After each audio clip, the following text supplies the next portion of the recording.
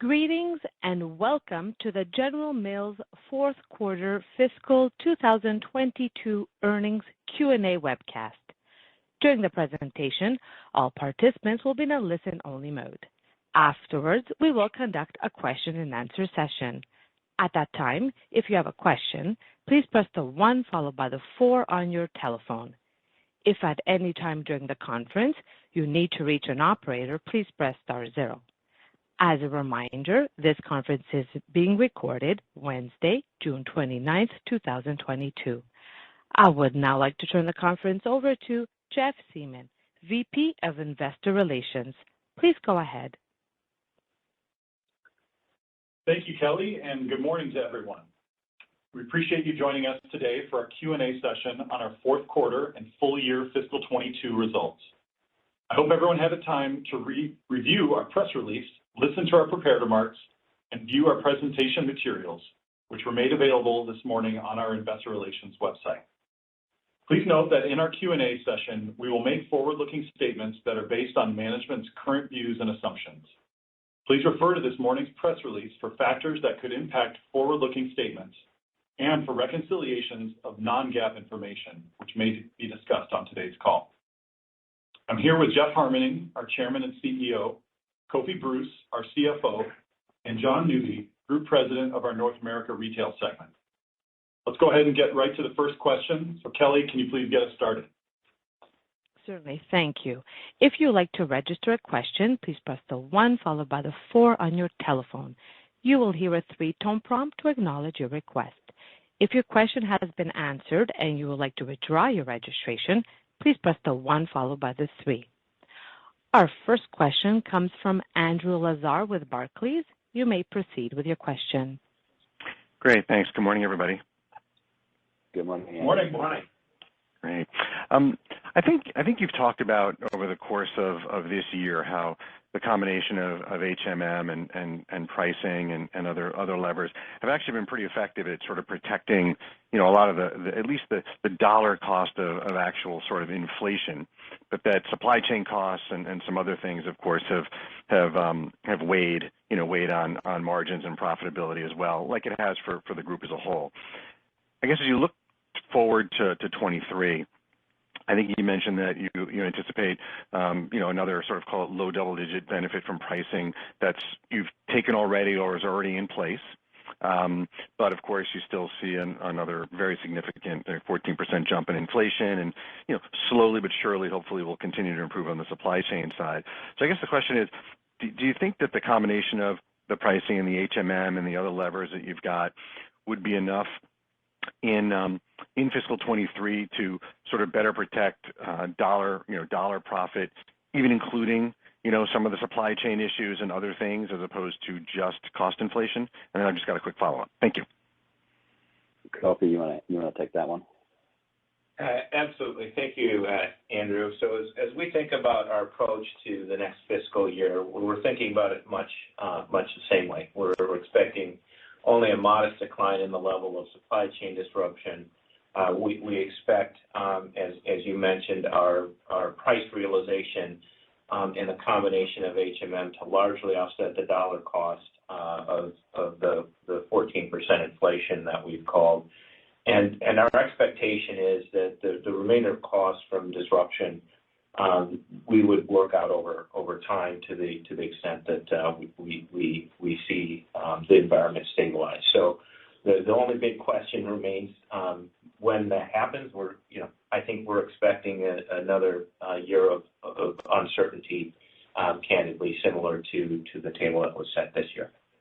Okay, and then obviously it's still very dynamic, and I know there have been plenty of discussions and a lot of debate, of course, around pricing and costs and everything else. But as you built your plans going into 23 and then discussed them with with your key retail customers and things, I guess are there things that have changed a little bit around going into your plans for fiscal 23 in terms of your retailer conversations versus, let's say, a year ago? Meaning, things around innovation or marketing plans, merchandising plans. I mean, are you seeing customers start to think a little bit differently about those things as opposed to simply, the pricing and inflation dynamic? Or am I being naive and we're just not there yet? Thank you. John, you want to take that question? Yeah, absolutely. So it certainly is a dynamic environment. There's no doubt about that. And certainly inflation and supply are two of the big topics that we spend a lot of time with retailers on.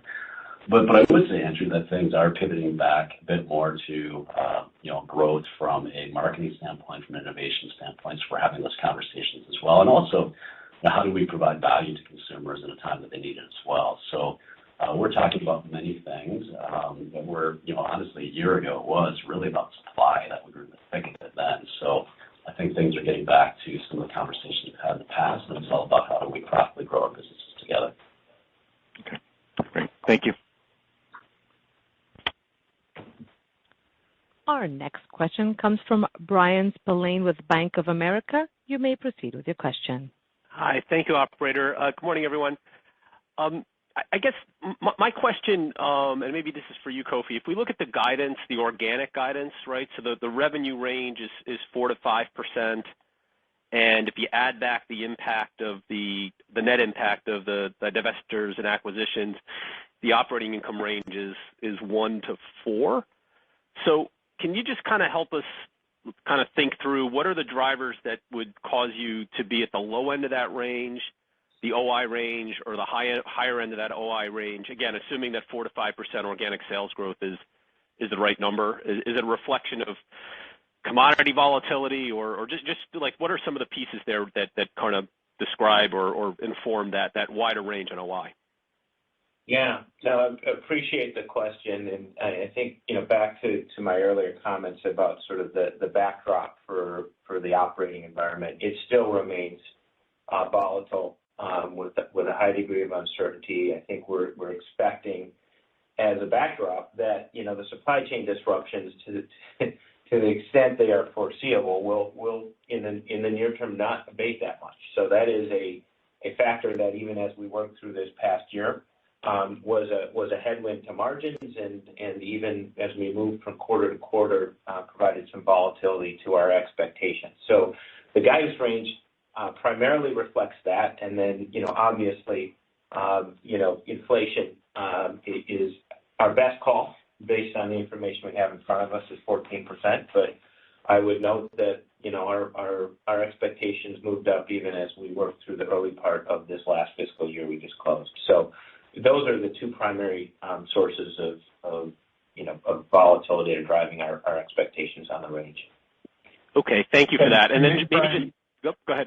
Brian, I would just add one additional piece on the inflation is, we are about 55% covered on our ingredients and packaging material requirements as we start the year. That's a bit higher than average, but that still leaves obviously some lack of coverage, especially in the back half of the year. So to Kofi's point about the uncertainty. Okay, and anything in terms of, I guess you must know more about the first half of the year than the second half of the year. Just anything we should think about that in terms of phasing, just in terms of the inflationary pressure, is it a little bit more front or back half loaded? Yeah, so I think that's a great question, and one worth just a little bit of comment. So as you think about the year, I would say we'd expect the first half profit growth to be slightly weighted and favorable to the second half. A lot of that obviously is in part of the weight of the comparison on this Q4 that we just closed. But as you think about inflation, which you also referenced, we would expect that to be highest in Q1 and then decelerate as you work sequentially through the comps over the course of the year. And price mix, we'll expect a partial impact in Q1 from recent actions and a full impact kind of in Q2. And then the other factor that I just call out that's worth mentioning is, the impact of divestitures, the ones that we've announced and the ones that we've closed, will be a bit higher in the first half before we begin to lap the yogurt and dough divestitures, which happened in the second half of this recent fiscal year. All right. Thanks, Kofi. You bet. Our next question comes from Robert Moskow with Credit Suisse. You may proceed with your question. Hi. I guess a couple of questions.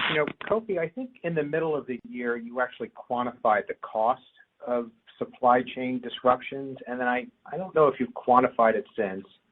Do you have a number for us? And when you talk about your pricing and HMM actions offsetting cost inflation, does it also offset that disruption estimate, or is that a separate number? And then I have a quick follow-up. Yeah. So we did provide a number. It's I think it has in the range of 200, previously 250 is about where we hashed the mark here at the end of the year. And then I think back to my earlier comments, as we look at the full year, our adjusted gross margins are down, and if you kind of deconstruct that, the elements would drive you to inflation being about a 500 basis point roughly drag, offset almost completely by price mix and HMM. And that leaves the cost of the operating environment, the disruptions, the deleverage, other intermodal transports, all the things that we're doing to accommodate supply in this environment as the driver of the margin decline. Okay, and I might just not be competent in finding things, but I'm having trouble finding the price mix for North America retail in fourth quarter. I think I'm backing into something like 16% pricing. So you're close. Okay, so if your cost inflation 15 points is the number, all organic price mix. So I guess here's the question: if your cost inflation for the year is only 14%, but you're running pricing at 16, isn't that a net positive? Are you talking this fiscal year or next fiscal year? Fiscal 23. So for fiscal 23, I think you're guiding to 14% inflation, but your pricing in your biggest segment of the market is up mid-teens. So I guess it seems like the pricing benefit is from a dollar standpoint is a net positive compared to your price inflation on a cost inflation on a dollar standpoint. Yeah, Rob, I think you've got. You have to remember that we'll be starting to roll over some pricing as we come into fiscal 22, and certainly much more so as we get into the back half of the year. As we have significant pricing come through in the back half of fiscal 22, we'll be rolling over that in fiscal 23. My apologies. And then the other piece that would be included in that would be the offset from volume and deleverage that comes through. We mentioned that we are expecting elasticities to be below historical levels, but to increase somewhat as we go through 23. Okay, that makes sense. And should I think about, like, for first quarter pricing, is it you're lapping only a 4% price mix for North America, but you're taking more action. So are those two things kind of offsetting each other, do you think? Like, you still be mid-teens in first quarter? Yeah, roughly. I think that's a fair assumption. Got it. Okay, thank you. You bet. Our next question comes from Michael Lavery with Piper Sandler. You may proceed with your question. Thank you. Good morning. Good morning. Looking at just looking at the SNAP benefits, that the federal COVID emergency authorization is now set to run at least into October. And that, of course, supports the state emergency elevated levels of SNAP benefits that have been pretty significant. As you contemplate your top-line guidance, what assumptions do you make around how that might unfold? I would start, and I'll have John Nudi follow up on this. But Michael, I would start with, our assumptions include people starting to eat from away from home more to a little bit at home eating. And so I think, as consumers become more concerned about their economic reality, the first thing they tend to do is eat more at home and less away from home. And we've seen restaurant traffic year over year, the last couple of months, has gone down a little bit, and eating at home has gone up. And so as we think about our assumptions for the year, and we saw this in the last recession, the Great Recession, we saw that consumption away from home eating was down and replaced by at-home eating. We're seeing the same kind of behavior start now, so that's actually the first place I start. And that's because consumers want to eat out more, but the cost of eating away from home is more than double the cost of eating at home. And then, of course, there's value-seeking behaviors, once they get into stores. But consumers try to change their habits as little as possible and still be able to get what they want. And so that's how I would frame. It's a non-answer to the SNAP question, but before we go deep down that hole, I just wanted to start with kind of an overarching comment. And so, John or Kofi, do you want to take over a little bit on the SNAP question?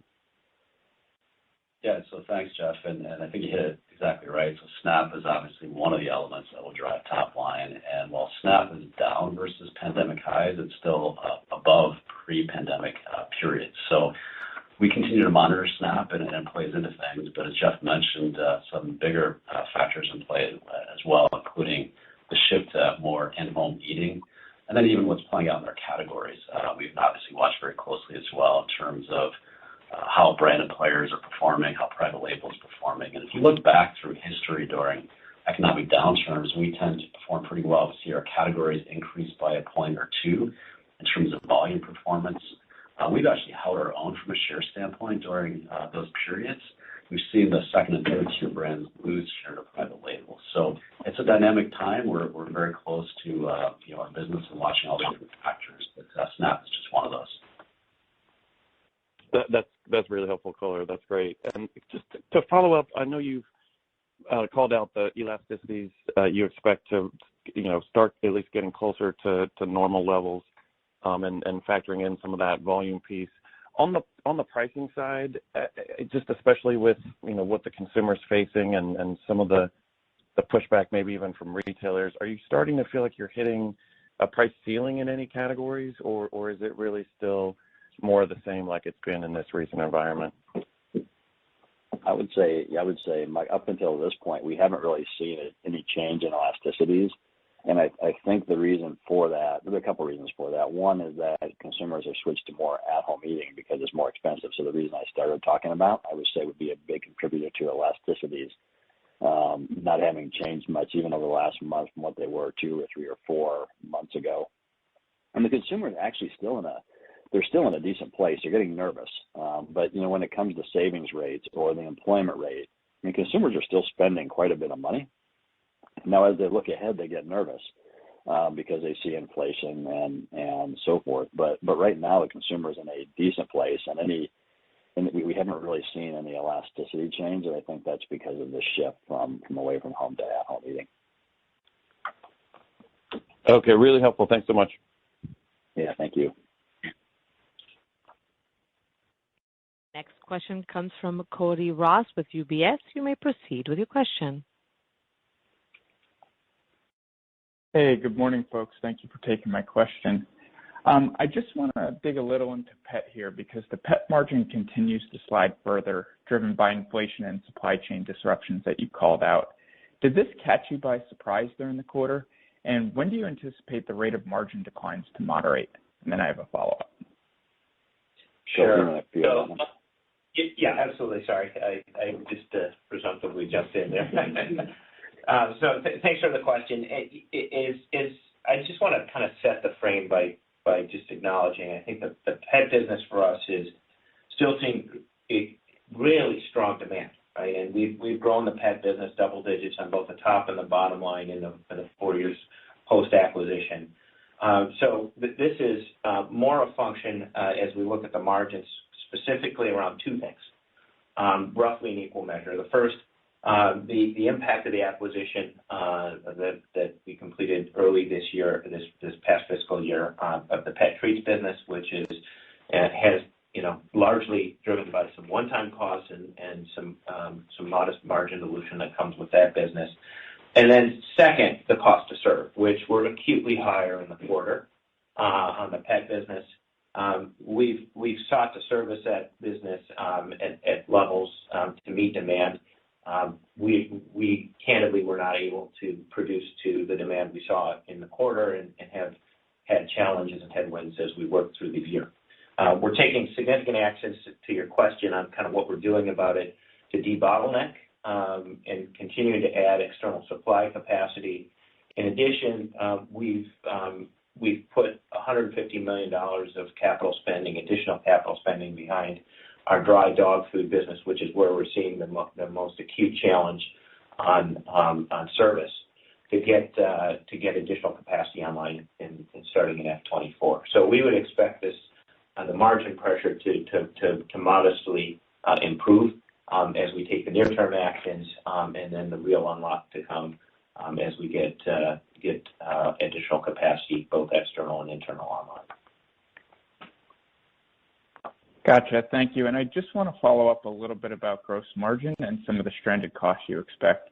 So if you combine the low double-digit price mix with the HMN savings, it looks like you should fully cover the inflation you're going to endure next year. You'll also be lapping the supply chain challenges in the second half next year. Is it fair to say right now that gross margin could actually increase next year? And if not, is that because of stranded costs? And if so, can you just kind of give us any color as how much stranded costs you expect? Thank you. Cody, I think this is Jeff. I think you've got the right drivers. You're right that HMM plus our SRM pricing actions are intended to offset the inflation component. We did talk about a modest decline in disruptions. We will have an impact from divestitures, and obviously, particularly the Helper and Something Salad divestiture. That's clearly a higher margin business, as we disclosed in the announcement on the deal. And so the divestiture of that business will have a negative mix impact on margin for the year. Got it. Thank you very much. I'll pass it along. Our next question comes from Pamela Kaufman with Morgan Stanley. You may proceed with your question. Hi, good morning. Good morning. Good morning. In the prepared remarks, you highlighted that portfolio reshaping is going to be an ongoing aspect of the company's strategy. One of your key competitors is pursuing a more surgical approach to portfolio reshaping. What are your views on pursuing a similar strategy, and have you considered splitting up the company across higher and slower growth segments? Yeah, thanks for that question. You know, what I love is that our strategy is working, and it has been working regardless of what competitors doing. Our strategy has been working for the last 4 years. You know, as evidenced by our continued growth above our long-term algorithm, and the fact we're gaining share in the majority of our categories. And so I think actually the worst thing that we could do is look at what somebody else is doing and try to emulate that when the strategy we have is working. And I say that because we're executing well on our core business, as evidenced by the share gains over the last 4 years. But we've also integrated M&A quite well, and whether that's seamlessly divesting the yogurt business or aggressively growing Blue Buffalo and the pet treat business, we feel great about that. The other thing I would say is it kind of goes. People get lost, and we talk. There are a lot of dyssynergies from splitting things up, and not only financial dyssynergies, but also capability dyssynergies. And let me give you a couple of examples. When we bought the Blue Buffalo business, one of the things we said was that the capabilities we have at General Mills are very similar to what is needed at Blue Buffalo, and one of those is extrusion technology, which is the technology we use in cereal. And we're one of the world's leaders, if not the world's best, at extrusion technology. The same would be true for things like thermal processing, where the same technology that's used for wet pet food is used in things like soup and yogurt and other things. And so, for a whole host of reasons, but ending with our strategy is working.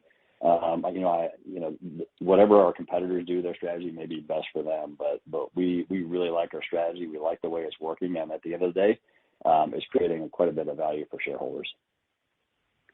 Great, thanks.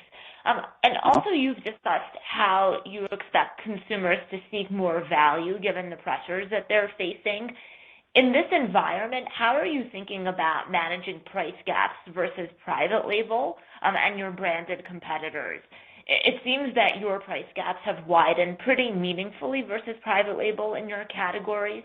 So what are your expectations around trade down, and how are you thinking about price gaps going forward?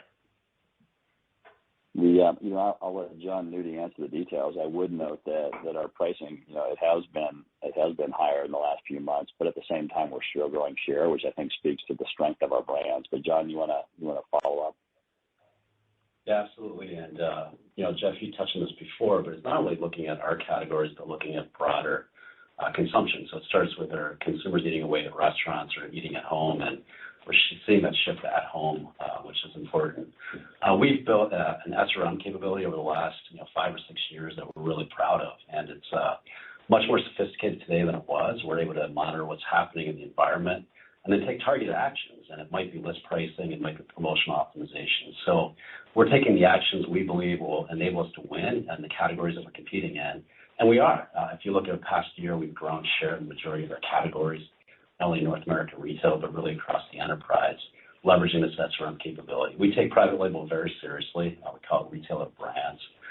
We believe the best course is to make sure that we build our brands and we innovate. And over time, if you look at our performance, our categories actually hold up really well versus private label. In total food and beverage, private label is an 18 share in our categories. It's a 10.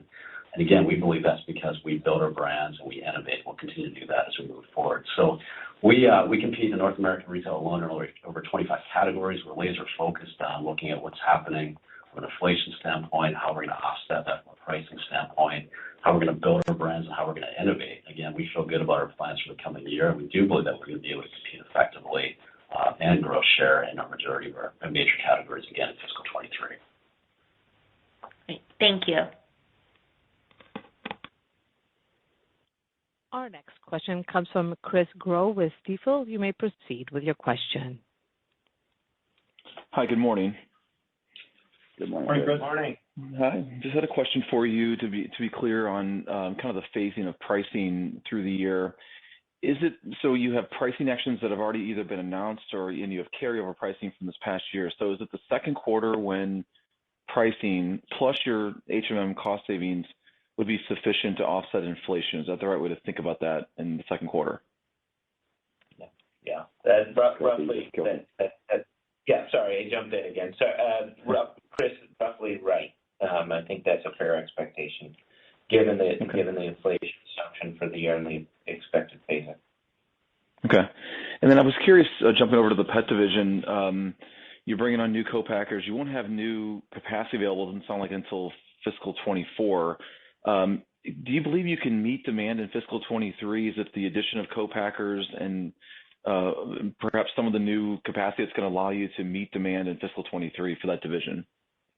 I think it's fair to say in the near term this will continue to be a headwind. We expect modest improvement to come in the near term, primarily from bottlenecking and enrollment, continued enrollment of additional external supply chain capacity. But I wouldn't expect it to be fully enough to satisfy the demand we're seeing on the business in the near term. Okay, that's all I had for you. Thank you. Thanks, Chris. Thank you. Our next question comes from Ken Goldman with J.P. Morgan. You may proceed with your question.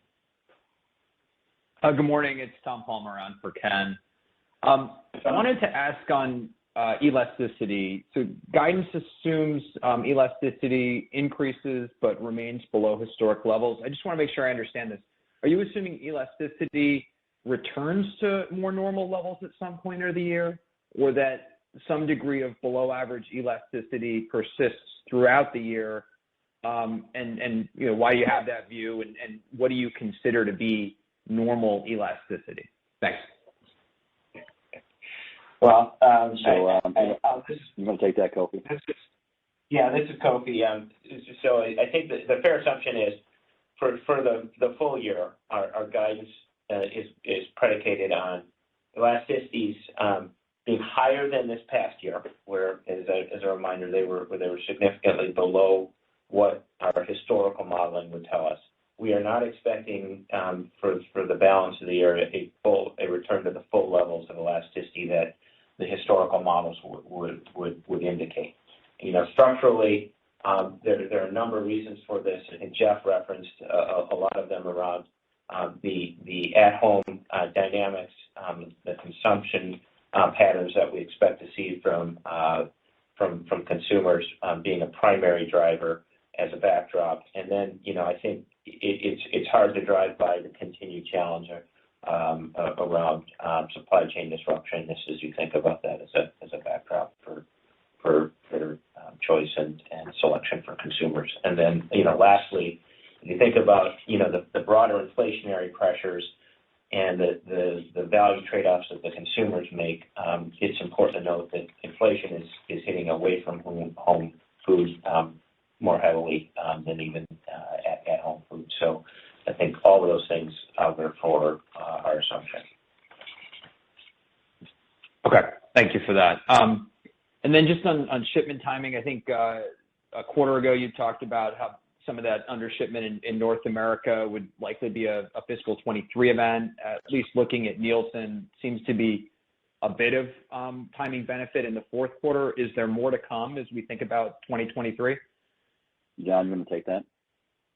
Yeah, absolutely. We actually don't believe there was any benefit in the quarter. We think non-measured channels is really the difference versus what you see in Nielsen and movement versus RNS. So we don't believe that we either build inventory or replenished it at our customers. So as we move through the first half of fiscal 23, we expect some of the same service issues that we experienced through fiscal 22 to still be with us. So as a result, we're not baking in any real benefit from rebuilding inventories. Great. Thank you. Our next question comes from Steve Powers with Deutsche Bank. You may proceed with your question. Yes, thanks. Good morning, everybody. Just a relatively quick follow-up on pet, if I could. I think the discussion's been pretty full, but I guess the growth rate as realized in the quarter was still quite substantial despite the supply constraints. So I guess can you give some color on what that implies about what you're seeing in all channel consumption? Number one, to the extent you're not delivering to that demand, how you're thinking about channel inventory levels, any risks that you're monitoring and we should be aware of around fulfillment rates or out of stocks. I guess I'm looking at the current situation as a potential opportunity as you catch up, but I'm also just trying to level set on the interim risk. Yeah. Well, let me frame it primarily through the lens of what we saw for service, and as we looked at the fourth quarter on this business, our service levels came in at the high end of 60, low end of 70%. So I think the opportunity as we go forward is to be running probably closer to 80%, but we see strong demand across all the channels as we look forward. So this is not a demand issue. It is ultimately going to be even modest improvements in supply will allow us to unlock additional growth. And the other factors that you listed around, retailer inventories are less a challenge and a consideration as we look ahead. And I would say in terms of risk, I'm not sure there's risk beyond what we've already identified in our guidance. I mean, the demand is clearly there, and we've accounted for the fact that in the very near term, we're not going to catch up fully to demand, but this is not beyond the wit of what we know how to do. I mean, this is really about bottlenecking capacity and using external sources and then building more capacity. And so, as you indicated, we also have to remember we did grow, I think, 20% in the fourth quarter. So we feel great about our pet business, and we just have to make sure that we get our capacity back, particularly on dry dog food, and we're in the process of doing that. Yep. Okay, very good. Thank you very much. Mm-hmm.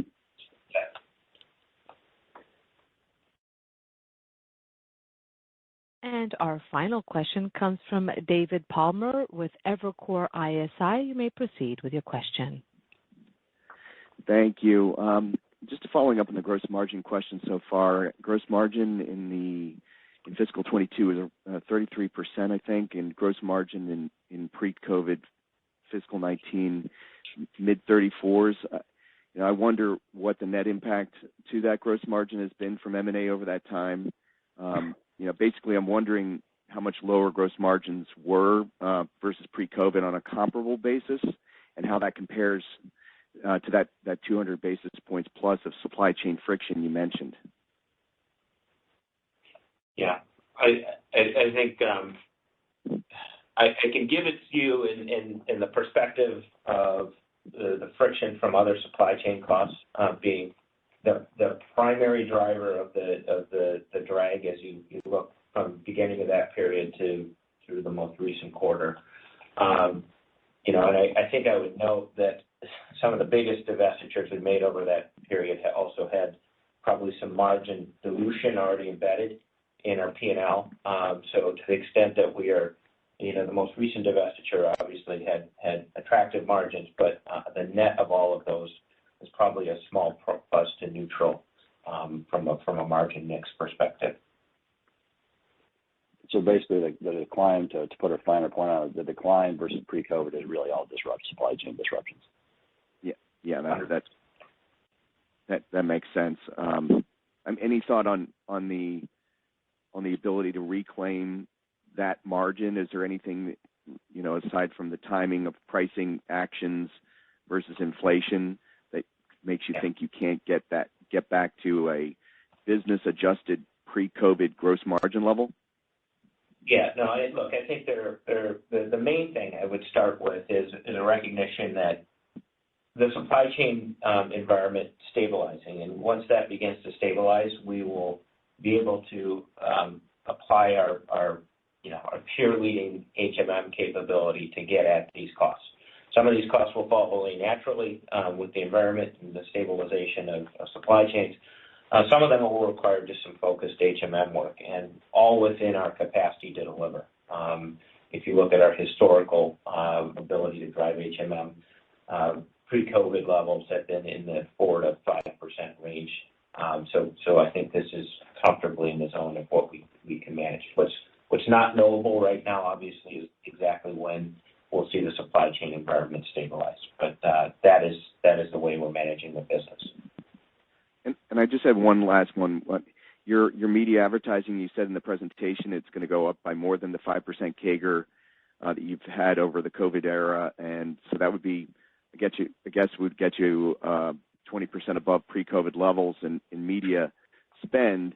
This is sort of a fundamental change that you started from just before pre-COVID, where you're, getting bigger in digital, and I think it's worth sort of addressing how different this has been for you, how you're spending on this, but also why you feel confident that this is getting an ROI in a way that would make you, different than you were in the 3 years before COVID. Thanks. Maybe let me clarify that a little bit. Yeah, let me clarify one point, and then maybe I can shift it back to John or Jeff. Dave, in the presentation, we talked about the fact that we expect media to be up in fiscal 23, but there wasn't a relation to the growth rate. That was just in terms of dollars. So if we've grown at a 5% compound growth rate the last 3 years, we expect media to be up in fiscal 23, but that wasn't a rate guidance. So in terms of where we're spending or how we feel about it, maybe I'll pass it over to John or Jeff. Yeah, I would just say we feel great about our media and the granularity we have and understanding the return and our ability to optimize it. So north of 50% of all of our media spend is digital now, and amongst that digital spend, more than 50% is performance marketing, and that's where we're leveraging our first-party data, which we've invested to acquire, partnering with our retailers and their data, which is really powerful, and becoming really targeted, building one-on-one personalized relationships, and then testing and iterating at scale. We can take 200 different ads online and optimize and really have the focus on the one that has the best return, and that's seeing significant increases in return for us. So we believe we're getting more than more return from our advertising than ever before. We're able to optimize it. The days of shooting an ad and hoping it works for a year or over, we're literally optimizing ads on a daily basis, and that's really good for our brands because it helps build them and it helps refine the messages, and it builds more loyalty for us as well. So we feel great about media, and we're continuing to invest heavily to make sure we have the digital capabilities we need for the future. Great, thank you. Thanks, Jeff. We can close up here.